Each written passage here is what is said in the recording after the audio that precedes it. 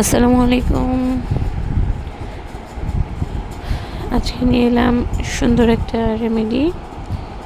এটা আমাদের body fat কমাতে সাহায্য করবে, বিশেষ করে পেটের মেদ কমাতে সাহায্য করবে।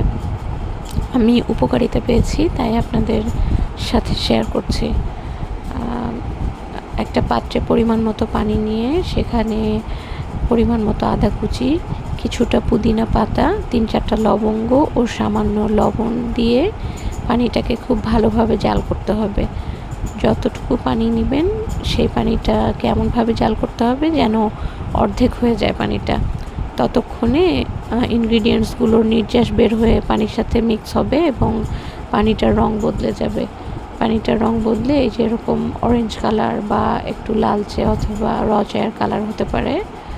তো এই অবস্থায় পানিটা নামিয়ে তারপর একটু গরম থাকতেই ইনগ্রিডিয়েন্টস সহ খেতে পারলে ভালো, না পারলে শুধু পানিটা খাবেন, আশা করি কাজ হবে।